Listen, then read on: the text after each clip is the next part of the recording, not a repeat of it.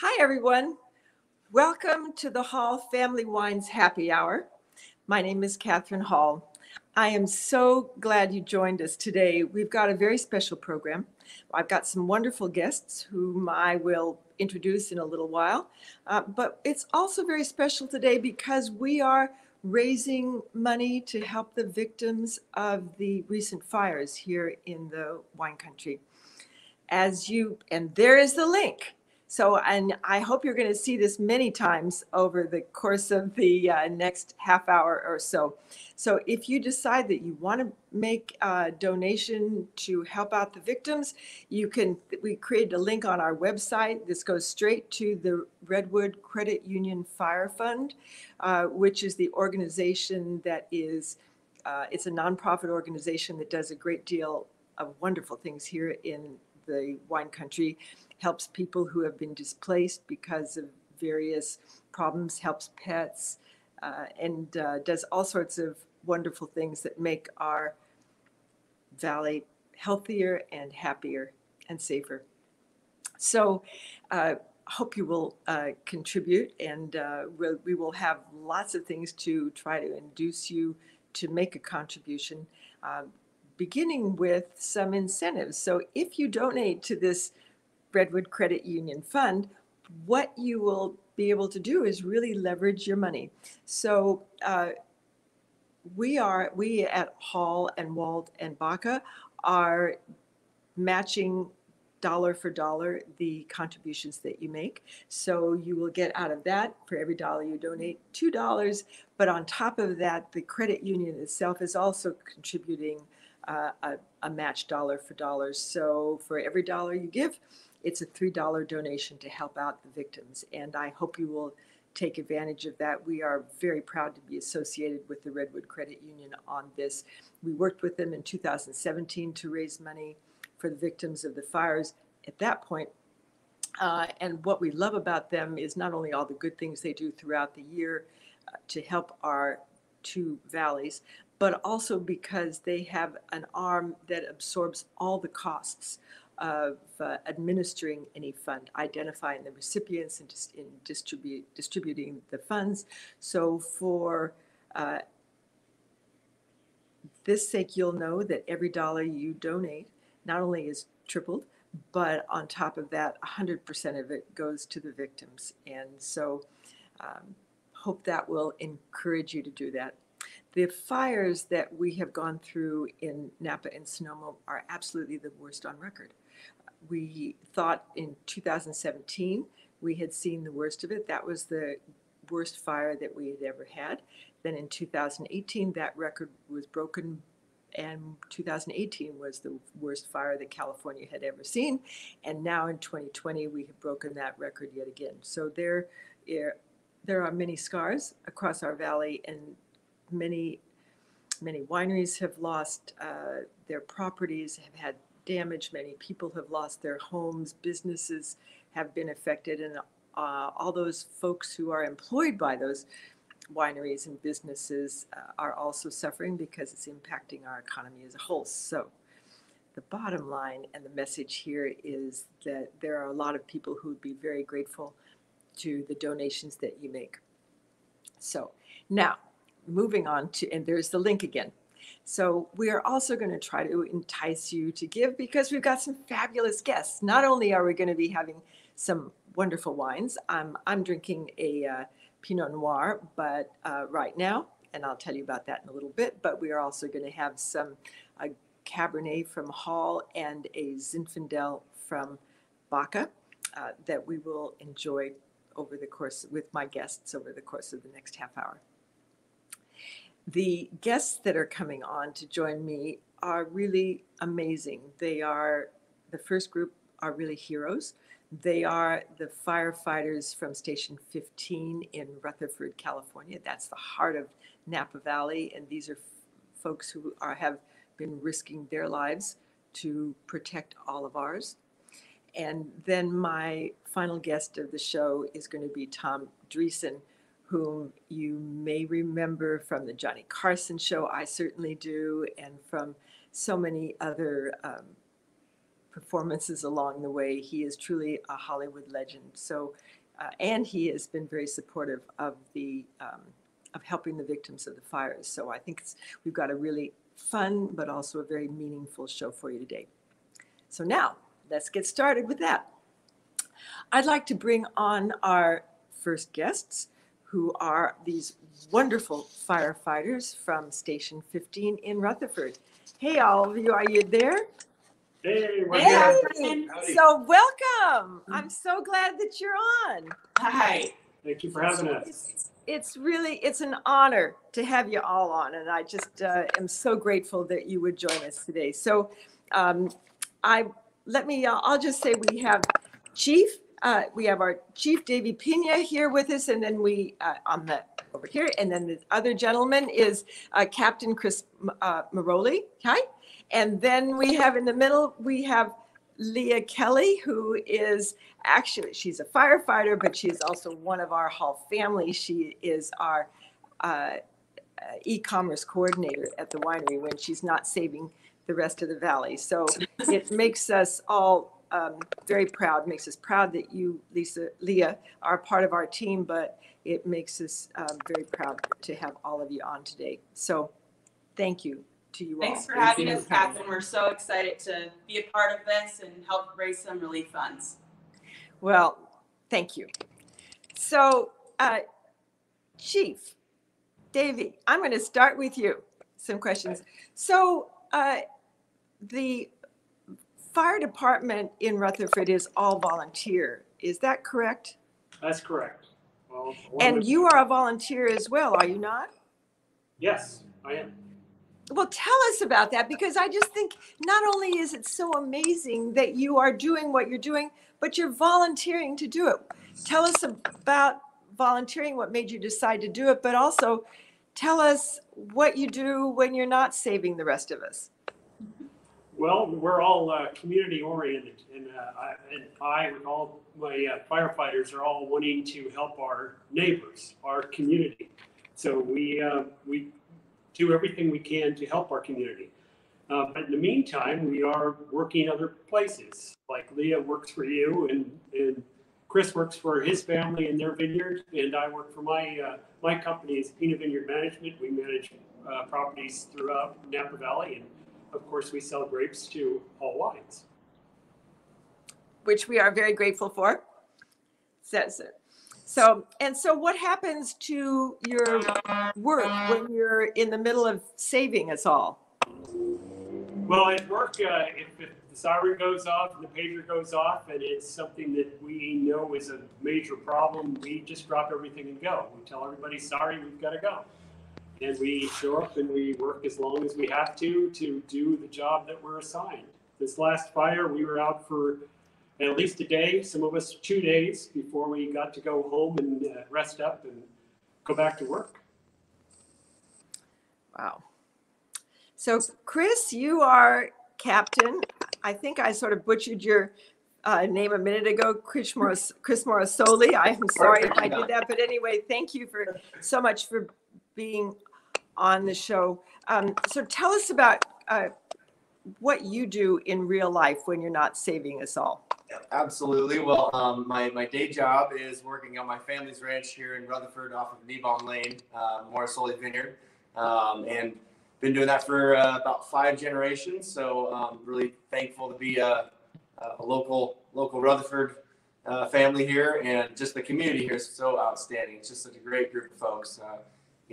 Everybody here makes Rutherford special and really a part of Napa. But so that's my full-time job, farming here in Rutherford. And then in my spare time, I also fly helicopters for the Army National Guard out of Mather, California. So that takes a little bit of time as well, but I really enjoy doing that, and it's nice to continue to do that. I was on active duty for about 12 years and just recently came back home to California. So. Good grief, Chris. I mean, you really are all about giving back. Well, I enjoy it. So. Thank you. Thank you. Talk to us a bit about training, because you've got this workforce, I'm going to call it, of firefighters who they're volunteers, but a person just doesn't walk off the street and know what to do in your line of work. How do you train people? Absolutely. Well, I'm actually the training officer, so I guess a good person to ask that. But for a great example is Leah, actually. Leah came to us a couple of years ago with no firefighting experience other than maybe a kitchen fire or two that she had burned her bread. But we sent her to our fire academy, which is about a 6-month process, and you learn everything you need to learn to be safe out there on fire, and that's run in conjunction with CAL FIRE and Napa County Fire Department. And she had her grandmother, Bashan, actually pin her, which was like the most special moment I think I've seen in the fire department yet. And she was pinned, 2 years ago? A little under 2 years ago. Yeah, about a year and a half. And then went right into running calls with us here in the local area and really got her baptism under fire, if I can use that pun, this last fire season. So, and just has been such an incredible force for good here in Rutherford. And so anyway, after that training, that 6 months, then we do a weekly meetings and trainings here at the station, just to keep our skills up. Oh, gracious. So, I'll tell you what, Leah, you are fabulous at the office, but for all of us to be thinking about what you're doing out there on the field is just so very amazing. What is it like to be you're part of our team, but also this has got to be a very special team spirit that you feel with everybody you're working with. Oh, absolutely. I think something that I learned when I first joined the wine industry at Hall Family Wines was just how close the people in your work environment can be. I mean, the Hall family really is that family spirit. And then when I walked in the door here, I definitely feel as though, especially when you're out on the fire lines, you have to view these people like your family too. Your safety depends on the trust that you have in one another. And in one another's skills. So very fortunate to be a part of the Rutherford Fire family too. Well, we are so glad that you are and proud that you are. So Leah, first of all, thank you for organizing and getting your colleagues here to join us today. I think you all have brought some photos along, and I'm hoping we might just roll through those. Why don't we put those up on the screen, and maybe we'll start. Leah, why don't you tell us about the first one? Yeah. Give us a little story behind it. Yeah, so this picture actually is a special one. So this was the morning after the first night of the glass fire. Chris and I were together along with Mike Carson, who's there on the left in this picture. So that was a big night. That first night of the glass fire was something for me that I had never, of course, experienced in my life, and I think a lot of the people in the station too. So this was about on I think it was probably like hour 30, hour 33, somewhere in there, of our first shift on the fire, and it was actually a special moment. We had spent a couple hours at this one house trying to conserve our water throughout the night, to do what we could to save this house, and this picture was actually taken right after we pulled up in the morning just to see if our efforts had, worked. And in fact, the house was unharmed. So it was a very, very special moment for the three of us to share after that brutal first night of the fire. So you all worked, did you say 33 hours straight? I think we were at It was about 40, I think, by 40 the time by we're the done. end. Yeah. Wow. And then do you have any, and then how long do you have to sleep before you go back and save us some more? The next morning. Yeah, the next morning, so I think we got 5 or 6 hours of good sleep and back at it. Wow. Well, it certainly speaks to the pride that you have, not to mention your amazing energy that you would not only spend all the hours and you save this house or working on this house, and then you come back to see how it goes the next day. Yeah, I think that was a big moment, just given the amount of destruction that this fire had. To go back and see that it was still standing was very special and meant a lot to the three of us. So, Chief Davey, tell us about this photo here. next one. Oh, that's all the donations. We had people coming into the firehouse and giving us food, candy, muffins. We had everything. Water. We had a pallet of water that came through From Hall, from actually, Hall, from our yeah, Hall team. from Yeah. the people from Hall. So we had fantastic support. Maybe since we are hoping to raise money during this conversation, maybe share with the folks who are joining us today how it felt to know that people are sending contributions in. Well, makes us feel fantastic when people walk in the door and shake our hands and call us heroes. You know, we're just doing our job the way we look at it. Yeah, we know it's dangerous. We know we have a lot of training to do it, but it's when somebody recognizes you for all your hard work and you're trying to save people in your community, and they just have this outpouring of love. It's just wonderful. So next photo, let's see, Chris, tell us about this photo here. Sure. So this is us with our team up on the top of Whitehall Lane. There's a new dozer trail all the way to the top of Whitehall Lane. So we were working up there and helping keep the fire on the north side of Whitehall. And there was a few times when the fire actually kind of slopped over and started heading down into Rutherford. And that was the big push to save it from heading down to really Rutherford and even into Oakville. So that was the big push there. That was our last stand. And luckily the weather cooperated. And that's one thing that we realize is we have a very small part in all this. It's a lot of weather. And if we can be at the right place at the right time and stop it and weather cooperates, that's how we're able to eventually put the fire out. I can just imagine looking at this photo, the camaraderie that everybody there feels one for another. Absolutely. You've all been through so much together.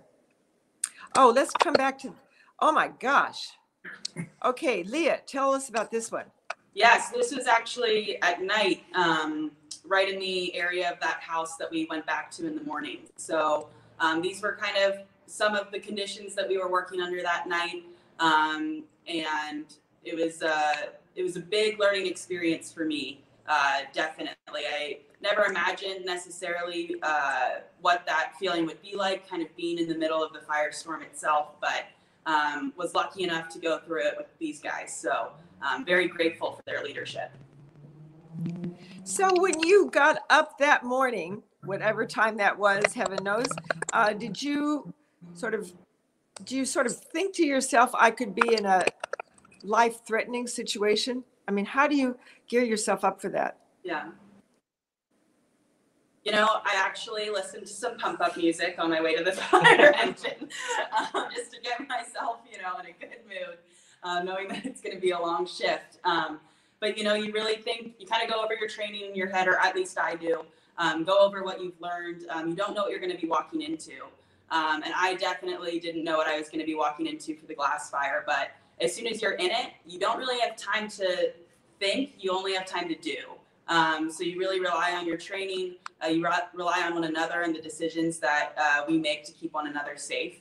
And then, at the end of it all, when you finally do get a little bit of a break at some point, that's when all of a sudden it sinks in for a minute and you realize what you're doing and the impact that you're having.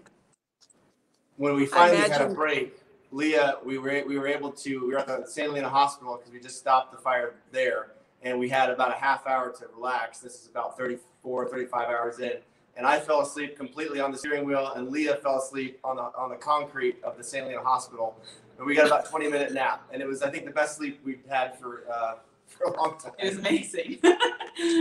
Wow. Well, you just you all give your all. And I just don't know what to say other than you make us all so very proud, and we want to say thank you and support you.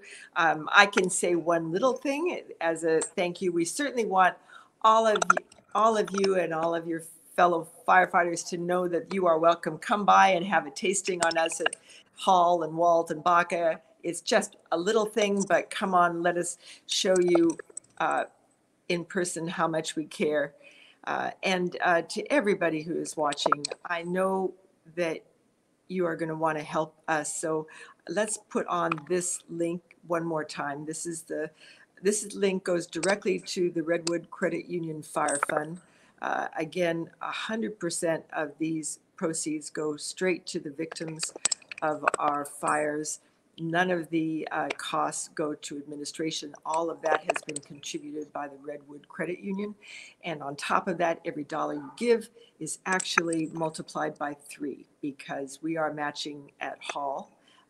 Every dollar you spend, and the Redwood Credit Union is again matching your dollars. So $1 contribution brings in $3. So those people I in Deer want to Park say, are definitely going to need your help. There was a lot of burned houses and just tragic events. So anything that you can give would help because it will really make a huge difference in people's lives up there in those fires. People have lost everything. Everything. They need help. thank you both, Chris and Davey, for saying that. Leah, anything you want to add to that? Yeah, I think the firefighting doesn't stop after containment.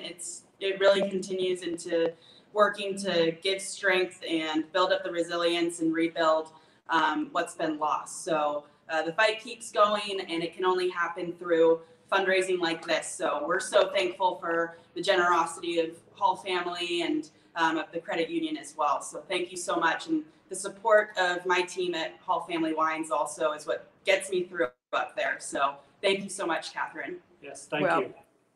Thank you all so very much. And we are matching, but we're matching what you all give. So please remember to check us out online. Click that link on the Hall Wines Credit website one more time. There it is. We don't want you to forget it.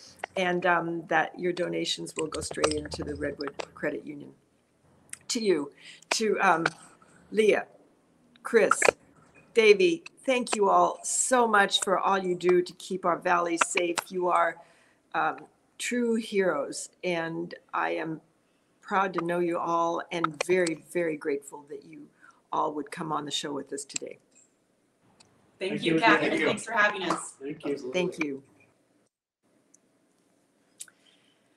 Well, we all want to help and do our part to help our communities, and we have just visited with 3 people who give all you can possibly give. They really do sacrifice their lives going out to take care of us. So thank you to Chris, to Leah, to Davey and Station 15 for all you do to help us. And thank you to everybody who's watching and who is donating.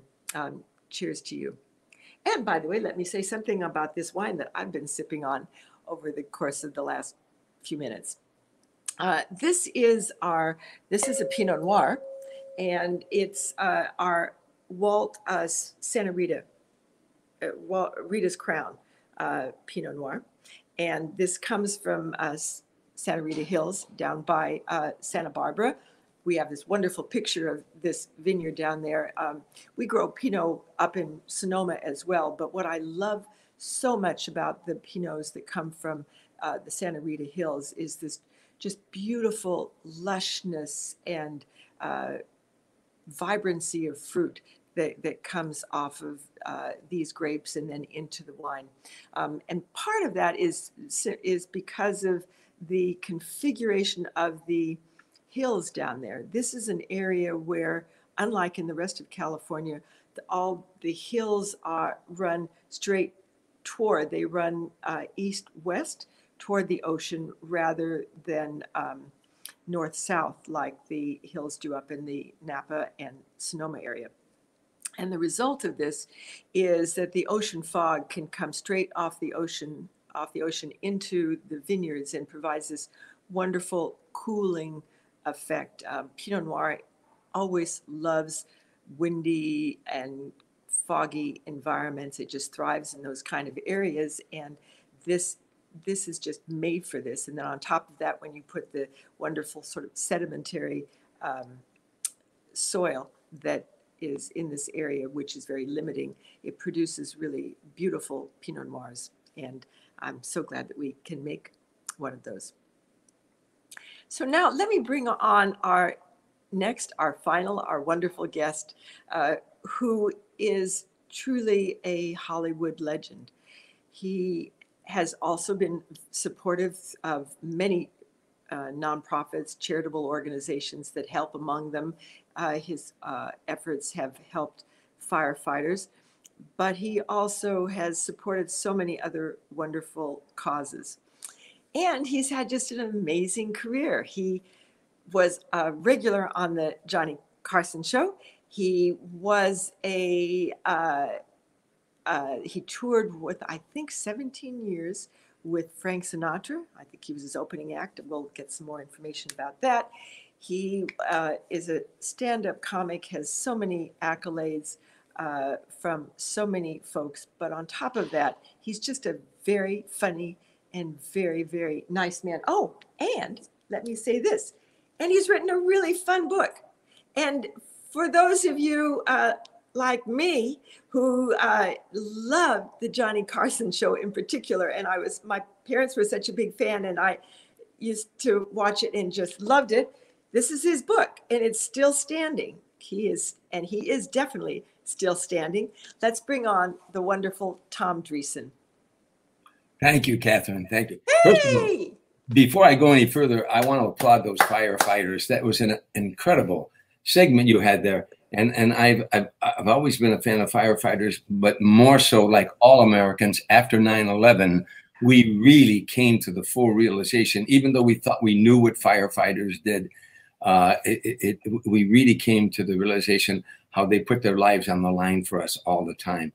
And I applaud all three of them like you did, and Tom, I couldn't agree with you more. I think that image of all those firefighters marching into the building just before the building collapsed is an image that will stay in my mind forever. Yes, yeah, me too. And I was on my way to New York that day. Oh my gosh! Yeah, Joe Pesci had a golf tournament up in New Jersey, and I always performed. I emceed and I would do stand-up comedy and also walk around the course while he was challenging the other people.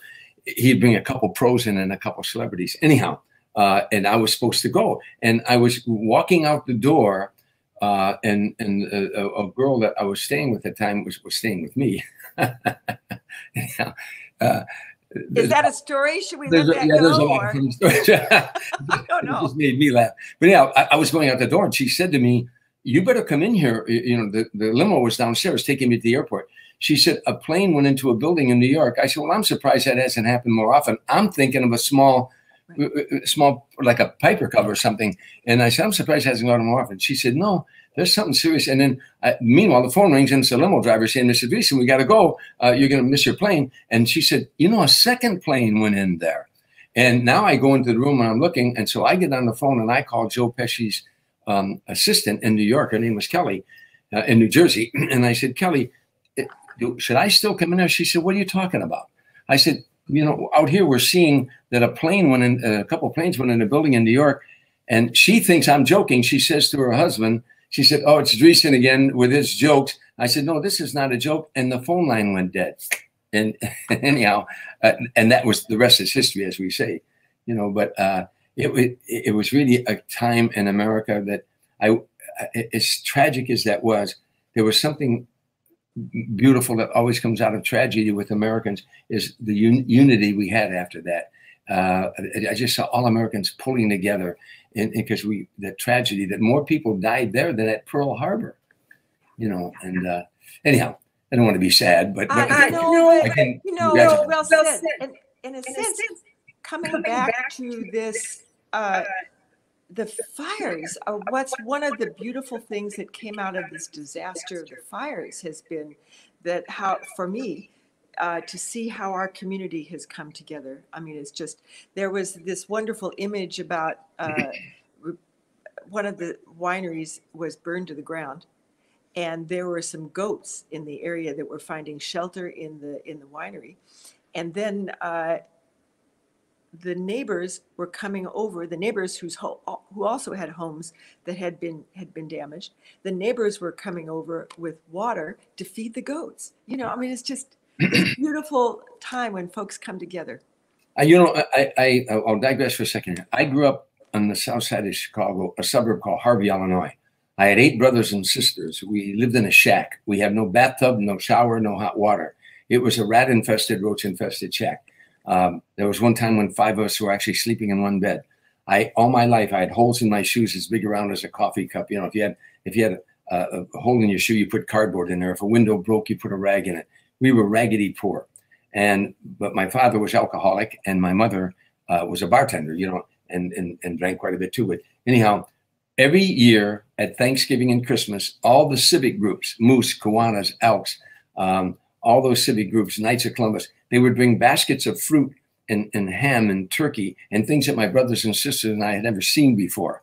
And they would bring it to the home, the shack that we lived in. And my mother, my proud Irish mother, would always say, "No, we don't deserve that. Take it to someone else. My husband has a job, and so we don't deserve that." Now, 2 things registered in my mind that stuck with me all my life. Number 1, my mother was right. He should have been taking care of us. And number 2, it wasn't the government bringing us food. It was people helping people. And if you get out of Americans' way, they will never let their neighbors starve. Americans are the most generous people on the planet. And this is long before they had welfare and things like that. So my point of that is what you see, what you're doing, that's what Americans are all about. Get out of their way. They will help their neighbors, and they won't let their neighbors go hungry or go without, you know. Hear to that, Tom Dreesen. Let me pour. I think we should have a glass of wine. Well, so I'm going to pass you this. This is our first wine. I'll talk about it in just a little bit, but it's a Zinfandel, and it comes from Baca. So let me just sort of pass this bottle over to you. Okay, here it comes. You get it? Oh, I got it. Yeah. All right, very nice. Yeah. See all the things that we're learning to do now, you know, with the internet. We can. So cheers. Cheers. Now I want to ask you a question. I have 2 glasses here. Which one? I took them out of my cover. Which one would you say would be the right one for this particular wine? Okay. Well, I would start with the idea that what's good about both of those glasses is that they are not colored. Because one of the important things about appreciating a wine is that you can look at the color. And so in that sense, both of them are right. What I would do between those 2, I would pour this wine, the Baca Zinfandel, in the smaller of those 2 glasses. Okay. And while you're doing that, I'll tell you why. Because what any wine glass is designed to do is to sort of enhance any good wine glass is to enhance the aromas and the color and the appreciation of wine. So you want to be able to smell the aromas that come off, and you get that by swirling a wine around in the glass, sort of like this. But you can't pour too much in it. Yeah, right, because if you swirl too much, you're going to get a lot. But anyway, the idea here is just you swirl it and you look at the color, and then you take a whiff. I think so. We'll see what you get on the nose off of this, Tom. Oh yeah. See, there's sort of this particular vineyard. So this wine comes from an area in Sonoma called the Dry Creek, and it's right where our Baca tasting room is located, and so we call this home base because it's right near our home over there.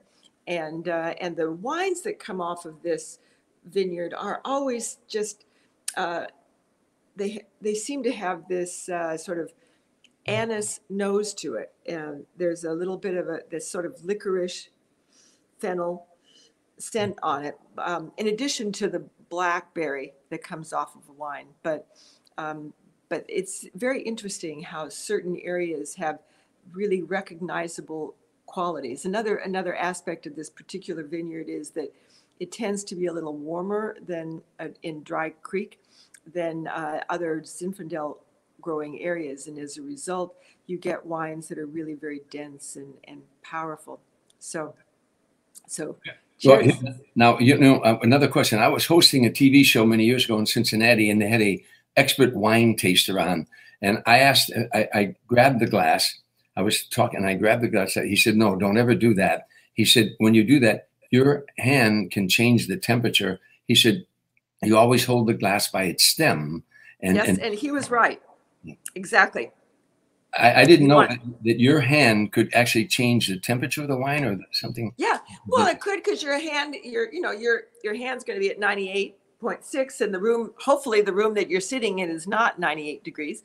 So that's going to start to warm it up a bit. And so you don't want to have a wine too cold, because then you don't get any aromas, and you really can't get the flavors as you taste it as well.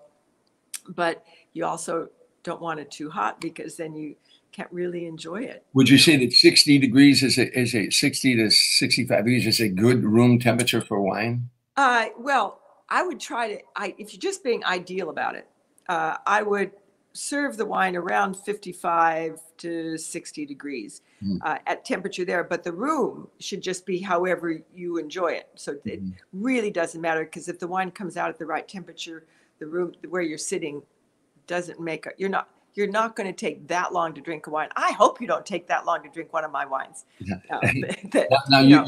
Another quick question. You don't put red wine in the refrigerator, but you could put white wine in the refrigerator? Yeah. Okay, these are things. And some red wines, some of the French Beaujolais actually are rather refreshing if you put them in a refrigerator. They're nicer, I think, even a little bit cooler. Sort of a more complex wine, the complexities in a wine and the nuances in a wine come out as the wine is a little bit warmer. And by warm, I don't mean very warm. I mean 55 to 60 degrees. But for a simpler wine, if you chill it, it can actually make it more enjoyable. So I think that's true for some wines, but not for this. This is good at this. Now people say salud, but salud. Yeah. There's a toast. Italians say "cinam," which means 100 years.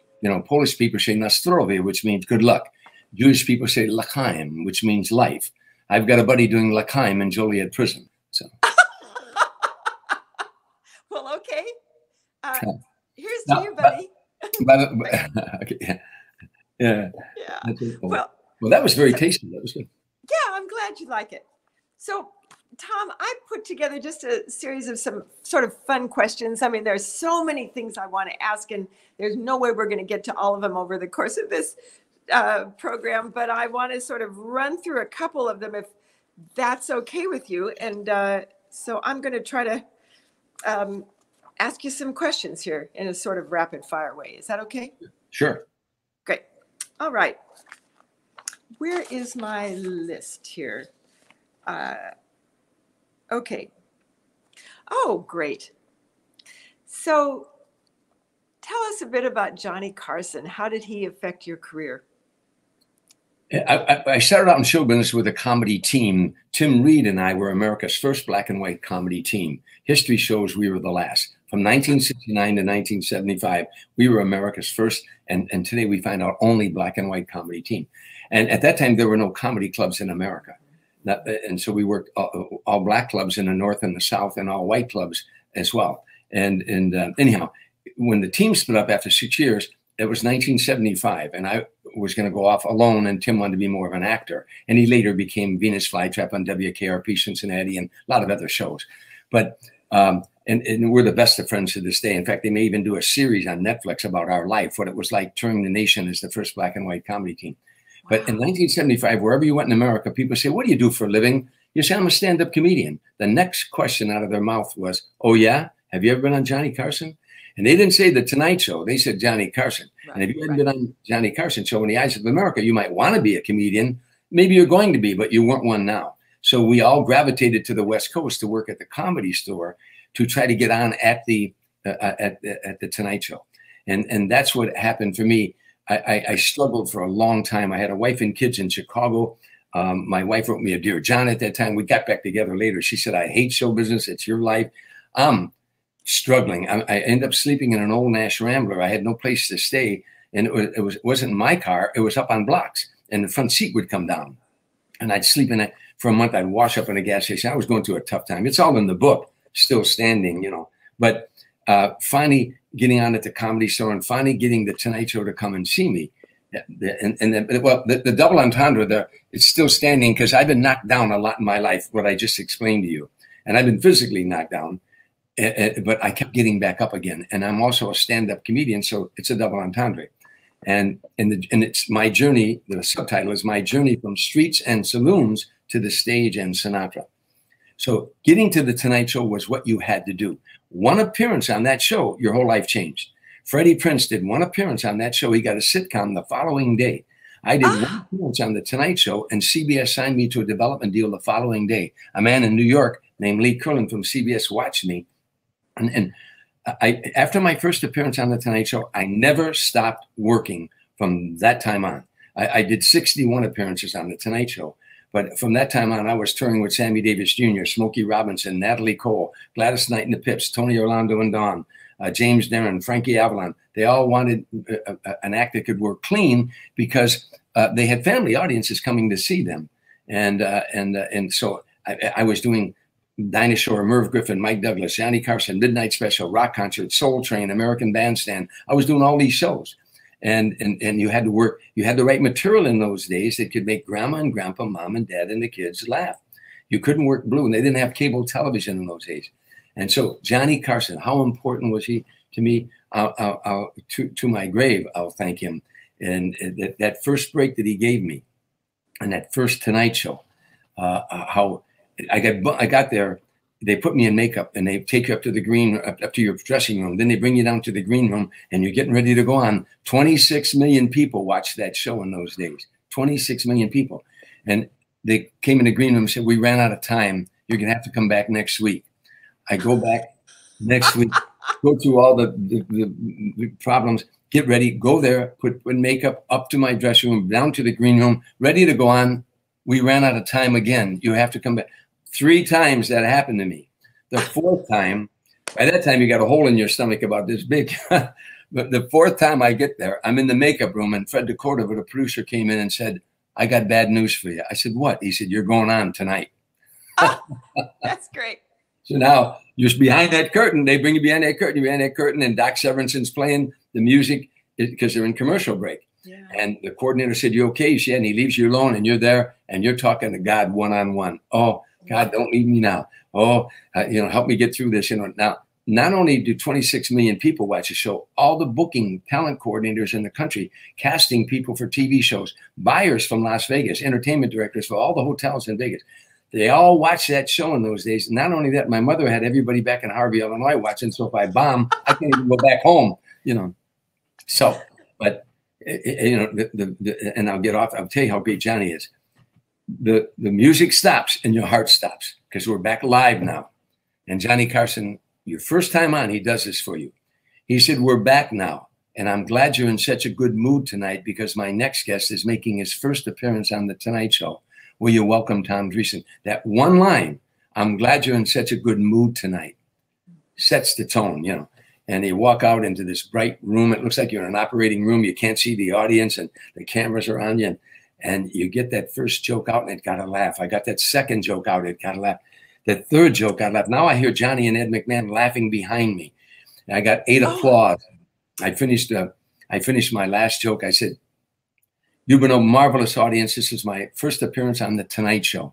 And show business is a tough life. So if you like me, and you're Protestant, say a prayer. If you're Catholic, light a candle. If you're Jewish, I said, if you're Jewish, somebody in your family owns a nightclub. Tell them about me, will you please? And I go back through the curtain, and the coordinator said, go back. Johnny wants you to go back. And now they're applauding. And I go back for a second bow, and Johnny goes like this. Oh. And my whole life changed from that day on. God bless you, Johnny Carson. Oh, that is such a beautiful show. By the way, in honor of Johnny Carson, I just want you to see that I brought this. See?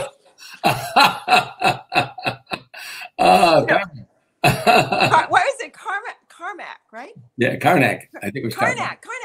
And it's like, so for those of you who think I'm just looking silly, so Carson used to do this thing where he would have this gig where he would have this. Yeah, like this, like this.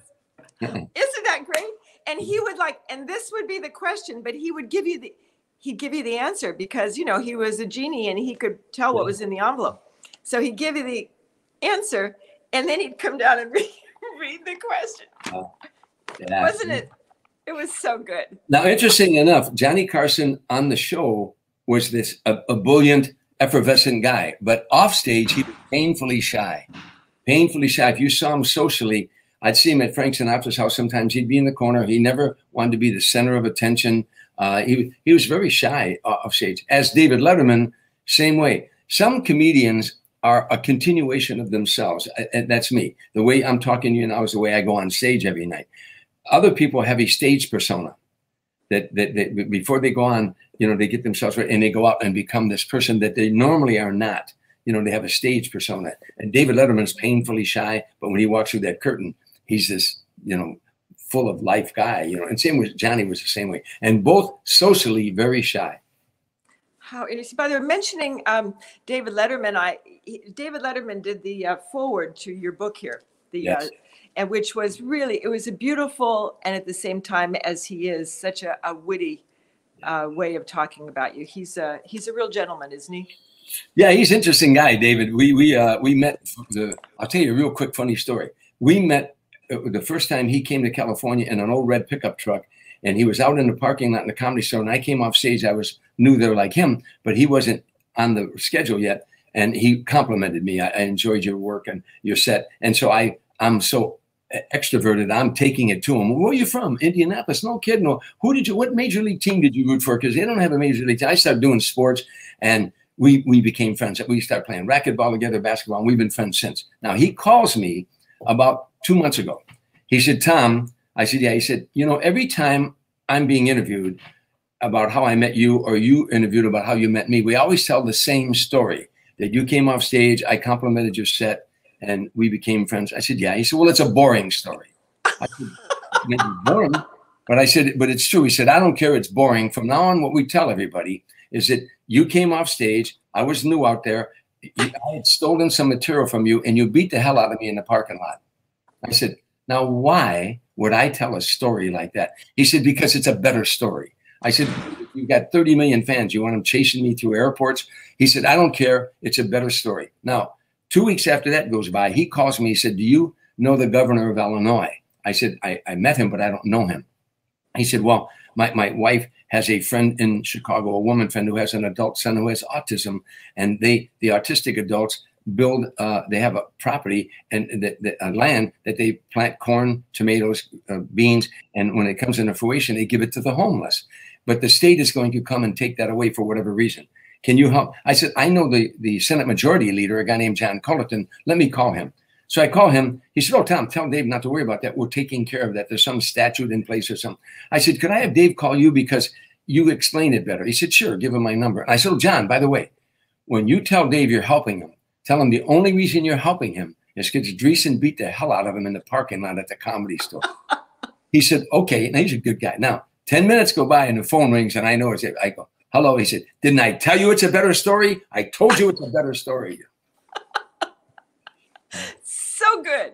Oh, I love that. Okay, let's see. I want to ask you just so many questions. Tell us a Frank Sinatra story. And maybe, and you open forum, talk anything you want to say, but there's so many things I would like to ask you about Frank Sinatra and your work. He was the most interesting human being that I think I've ever been. You know, he's arguably the greatest career show business has ever known. The greatest, arguably. Everybody knows what a great pop singer he was, how brilliant a singer he was.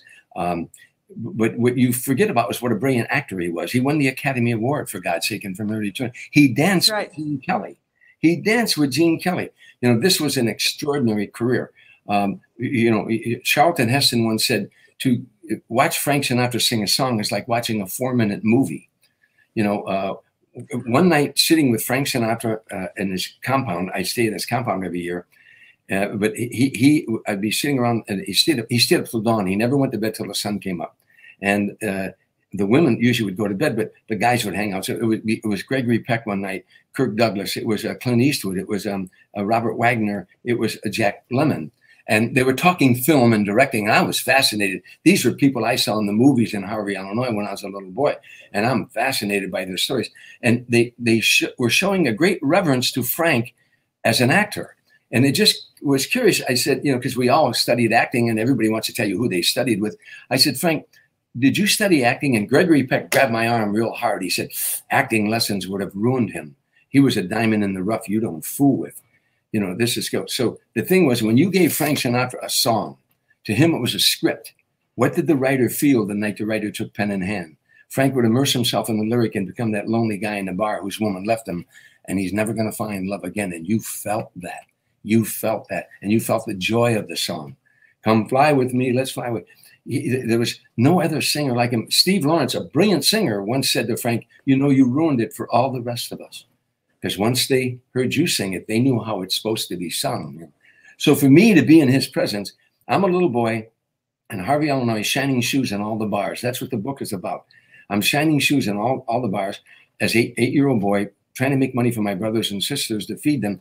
And on the jukebox is Frank Sinatra. And every bar I went into, that's the first time I heard him when I was 8 years old. And the book is that little boy hearing Frank Sinatra on the jukeboxes in Harvey, Illinois, to one day carrying his coffin out of a church in Beverly Hills, California. So I take you on that journey of all the things that happened from that little boy there to the carrying Frank's coffin out of a church in Beverly Hills. And so to be in his, to be with him in performance, I can't even describe to you, Kathryn, what that's like. 20,000 seaters, you know, 40,000 in Hawaii. And your job is to go out there. I'll give you a quick story. I'll say, Kathryn, this is what my assignment was. There's 20,000 people in an arena, Kathryn, and they're all around you. You're in the round. They're behind you. They're in the side of you, in front of you. Kathryn, I want you to go out there, and for the next 45 minutes, I want you to hold their attention. One more thing, Kathryn, I want you to hold their attention, but I want you to make them laugh for 45 minutes. Oh, one more thing, Kathryn, I want you to make them laugh, but I want you to make them laugh when you want them to laugh. I want you to pull the strings on the emotions of 20,000 people. No props, no tricks, no charts, no special arrangement, no special orchestra, no nothing, but you and 20,000 people. And one more thing, Kathryn, not one of them came to see you.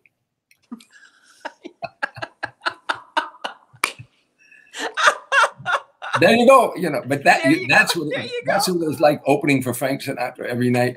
But it was, in those 14 years that I toured with him in 45, 50 cities a year, I turned down more sitcoms than most comedians get offered in a lifetime. I turned down shows because I knew this was the end of an era.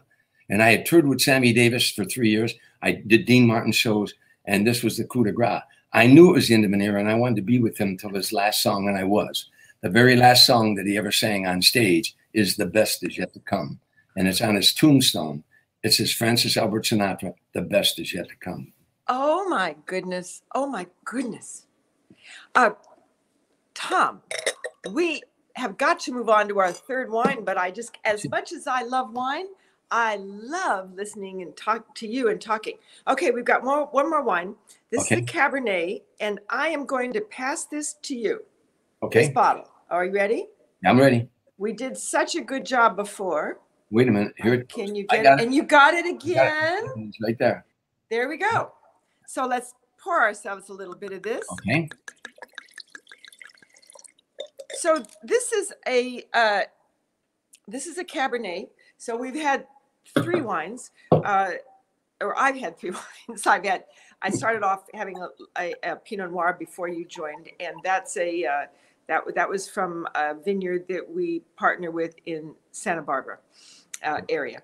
And then we had the Baca Zinfandel. The first was from Walt. Then we had a Baca. Now this is from Hall.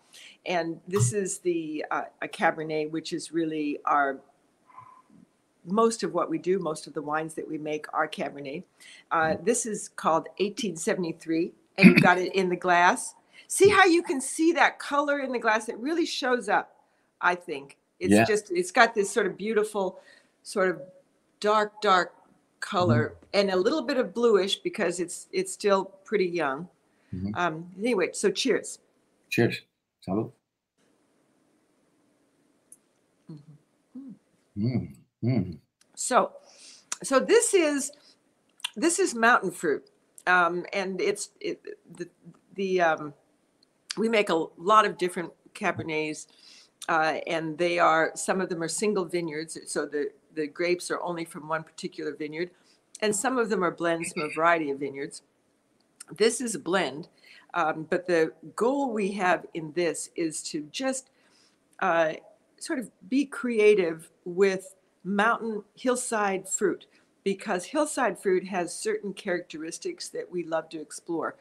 The soils on a hillside tend to be very limiting, which means that you can get very dense fruit, very powerful wine coming off of it.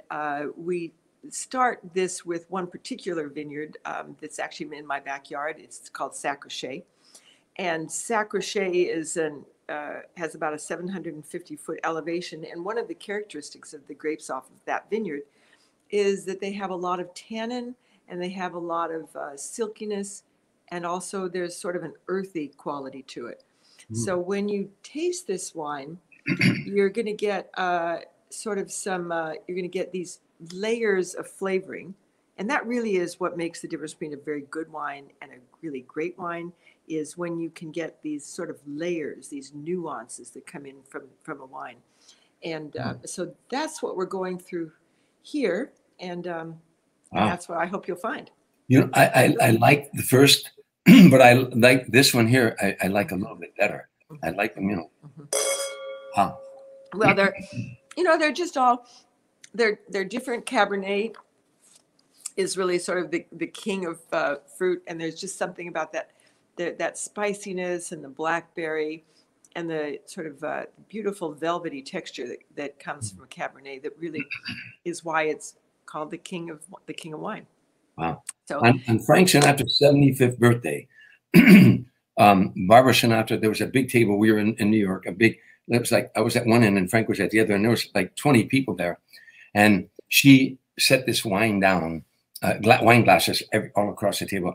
And she said, Tommy, I want you to toast Mr. S. And, you know, we all called him Mr. S. So I was like, toast Mr. S. It's his 75th birthday, and say something funny. So I did that. And say something funny. Okay. But the wine, I took a sip of the wine, and it felt like silk went down my throat. And I went, wow. Wow. And I'm not a real good wine drinker. I don't know one wine from another, you know, but I said, wow, Barbara, this is marvelous. I could drink this the rest of my life. She said, it's $1,650 a bottle. I said, well, I probably wouldn't drink it often, but. By the way, everybody, you heard it here. This is silky, considerably less than $1,600. Thank you very much, Tom. Yeah. Because I felt some of the same when I had a silky taste. Yeah. Nice. You know, I have more questions, but I don't want to keep you too long. Although I think we may have. I'm here, Kathryn, for as long as you want. You are wonderful. Actually, maybe let's do this. You had agreed or had offered, I hope I got this right, to do maybe a little stand-up for us. I mean, this is not going to be like your usual audience. There are a lot of people out there watching us, but you're not going to see them. Would you consider doing a little stand-up for us? Well, you know, it's hard to do stand-up comedy without an audience because you set your timing off of their laughter, you know, but I just had some observations that I'll share with you. You know, this lockdown has made everybody crazy. You know, this lockdown, we're locked down. And I was thinking that a lot of people have lost self-esteem being locked down. And I remember after 65 days of being locked down, I wrote down some thoughts, but a friend of mine said he lost his self-esteem. I said, you know what you do? Go on the internet and get a sticker that says, honk if you think I'm sexy, if your self-esteem is down, and put it on your back bumper. You know, honk if you think I'm sexy, then go out and go to the nearest stoplight. And when the light turns green, don't move. Just say, you'll hear horns blowing for 2 blocks. I said, and you'll feel so much better about yourself. They think, you know. You will. Now a buddy of mine told me he had like 4 glasses of wine at his friend's house during lockdown, but he was on his way home and he was pulled over by a California state trooper. The California state trooper, he had the guy at the window down, and the California trooper said, I smell alcohol. And he said, that's because you're not social distancing officer, you know. And so he got a ticket. And one of my other favorite stories is a good friend of mine during the lockdown. He's an attorney here in LA, Mike Flanagan, and he locked down with his wife for 65 days. He said that, after 65 days being locked down, it was really kind of a blessing because she got off of her chest all the things I had done wrong in the last 23 years. Oh, I tell you what, my husband would so relate to that. It's true. But then he said, well, he said he went in the kitchen one night in his house after this long lockdown, and there's a bar in the kitchen, and he had a couple glasses of wine, and he tried to pick up his wife, and she gave him the wrong phone number. Well, I always say, there's one thing I've done in my nightclub act. I said, my buddy always said, my wife is my best friend. I said, the dog is man's best friend. He said, no, my wife is my best friend. I said, put your wife and your dog in the trunk of your car, leave them there for an hour, open the trunk, see which one is happy to see you. Now, and then another thing I always say, I said, I said to my ex-wife, by the way, God rest her soul. She's not dead. I just wish God would rest her soul. Okay. What the heck was her name again? Oh, yeah, I'm sure you don't know. Oh, yeah, Plaintiff. I remember just now, Plaintiff. Oh, Plaintiff. Plaintiff, yeah. She once said to me, Tom, I said to her, I was sitting down with her one night, and I said, was I the only one that you ever slept with? She said, yes, all the others were 9s and 10s. Now, I give advice to young guys who are going to get married. I say to them, sometimes on stage, I'll say to them, remember some things I'm going to tell you. Number one, women who are heavier live longer than men who mention it. Okay. And I say, married women tend to be heavier than single women because single women come home, they look to see what's in the fridge, and they go to bed. Married women come home, they look to see what's in bed, and they go to the fridge. And I say, no, look, if you're arguing with a woman, remember, women always get the last word in every argument. Anything you say after that is just the beginning of another argument. So they get the last word. And if a woman ever says to you in the middle of an argument, what? That doesn't mean she didn't hear what you said. She's giving you a chance to change your mind. That's right. That's right. And if ever she says in an argument, okay, do what you want. Do not do what you want. Stand still. Don't move. Don't breathe. See, arguing with a woman is like reading the software license agreement. In the end, you just ignore everything and click, I agree. Yeah. Yes. Yes. But yeah. I'm going to write that down and send that to my husband, who I hope is watching anyway. Yeah. Here's a little, I always tell this little naughty joke. I said, my wife really did try to save our marriage, my ex-wife. One day I came home, she was stark naked. She said, tie me up and you can do anything you want. So I tied her up and I went to play golf. Oh, God. But then she should kill you. Yeah. Yeah. There's another thing. I said to her, what would you ever do if I won the lottery? She said, I would take half and I'd leave you. I said, well, I won $12. Here's $6. Stay in touch. But you know what? I always say, and I'll close with this. If you're going through a divorce, you have to have a sense of humor. I was in court. The judge said to me, I'm going to give your wife $3,000 a month. I said, that's fine, Your Honor. And from time to time, I'll try to give her a few bucks myself. Oh. You're a good audience. Bravo. Just cheers to you, Tom Dreesen. That's just so wonderful. To those of you who are watching, as a reminder, we are raising money for the victims of the fire up in the wine country. This is a link you can use. Hall Wines, come to our website, Hall Wines. This link clicks straight through to the Redwood Credit Union, which is a wonderful organization that helps so many of us in the Valley and makes our communities better as a whole.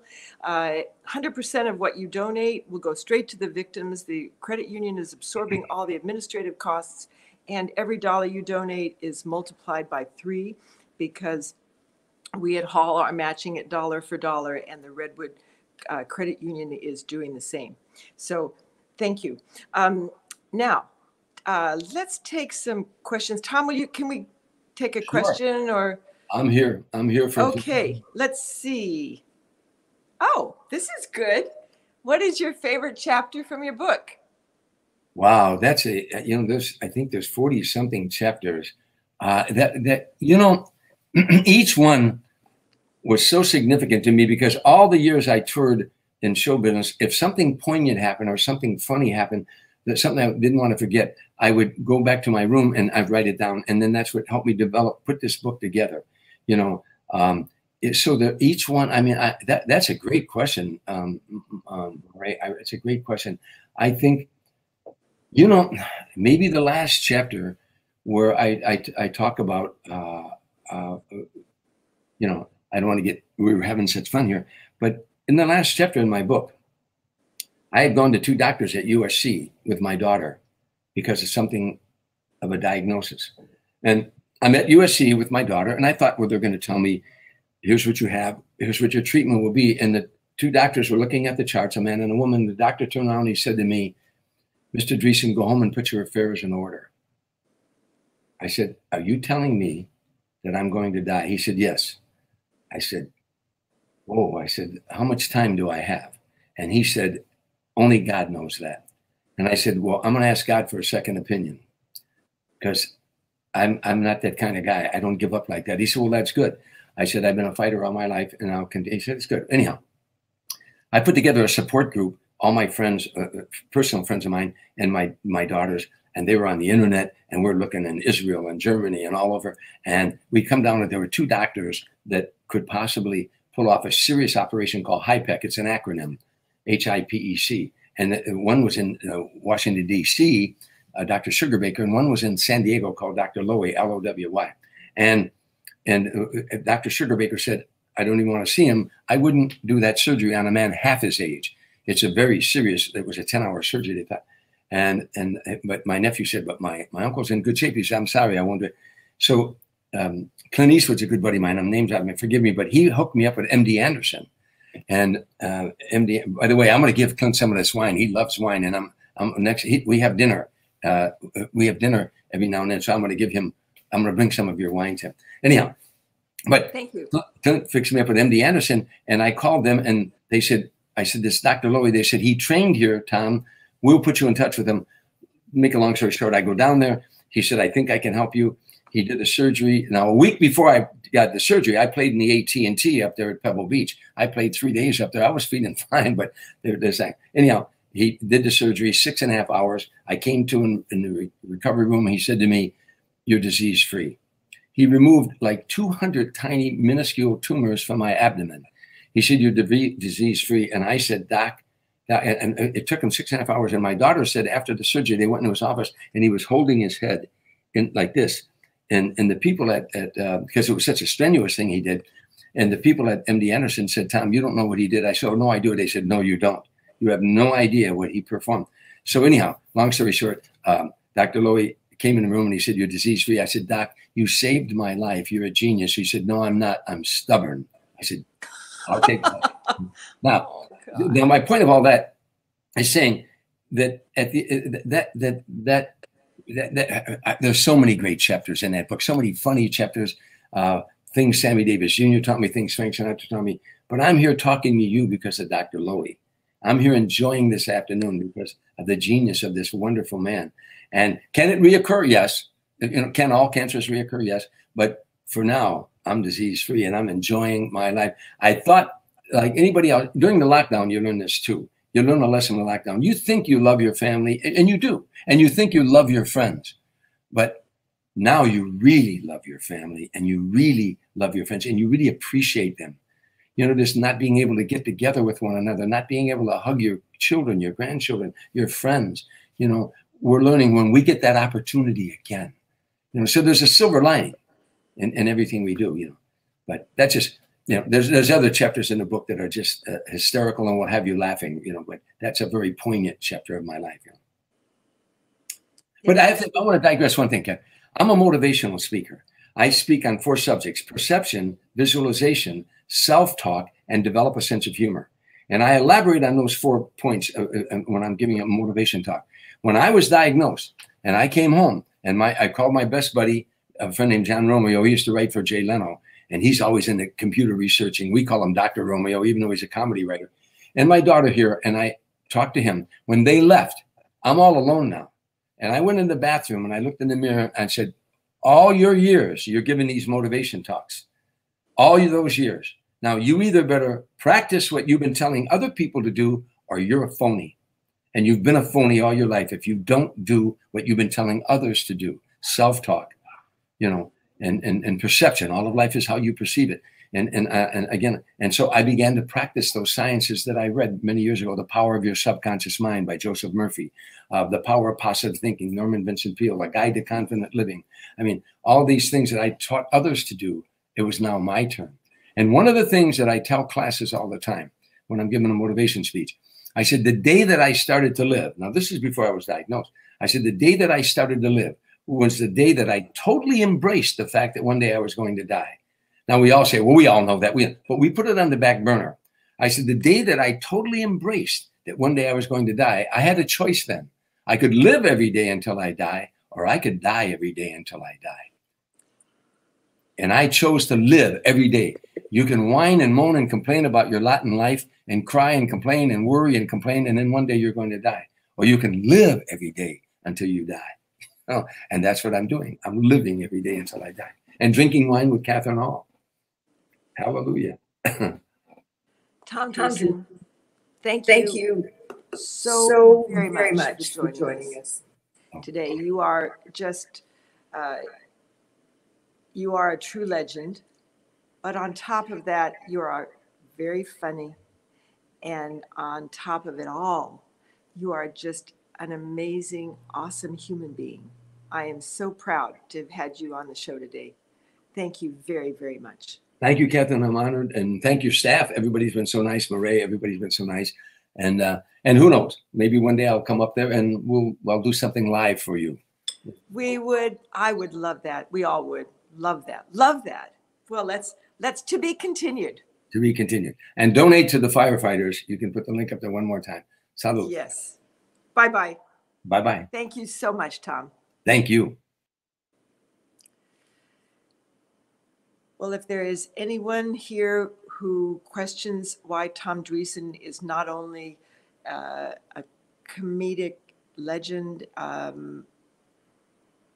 great author, but doubts his ability to be a motivational speaker, I'd like to know who that person is.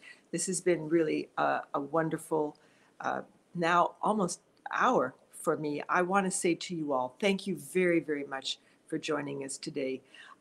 I hope that you will consider donating to the Fire Fund. We just put that link up on the screen a minute ago. Well, here it is again.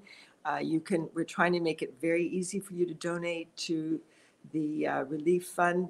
You can come on the Hall Wines website, hallwines.com, but you put on this link and it'll take you straight through to a page where you can contribute to the Redwood Credit Union Fund, Fire Fund. Remember that 100% of what you give, because the credit union is absorbing the administrative costs, goes straight to the victims, and every dollar that you give is multiplied by 3, because we're matching your dollar for dollar, and the Redwood Credit Union is doing the same. So to you all, thank you so very much for being a part of this Hall Family Wines Happy Hour. Thank you very much for spending a little time with us, hopefully for making a donation to these wonderful charities. I look forward to seeing you in the weeks ahead. We'll be back next week. Our next show is going to be on Instagram on Tuesday. We have Mayor Hawthorne coming on the show then. I'll be back as well. In the meantime, stay healthy, please vote, and sip up.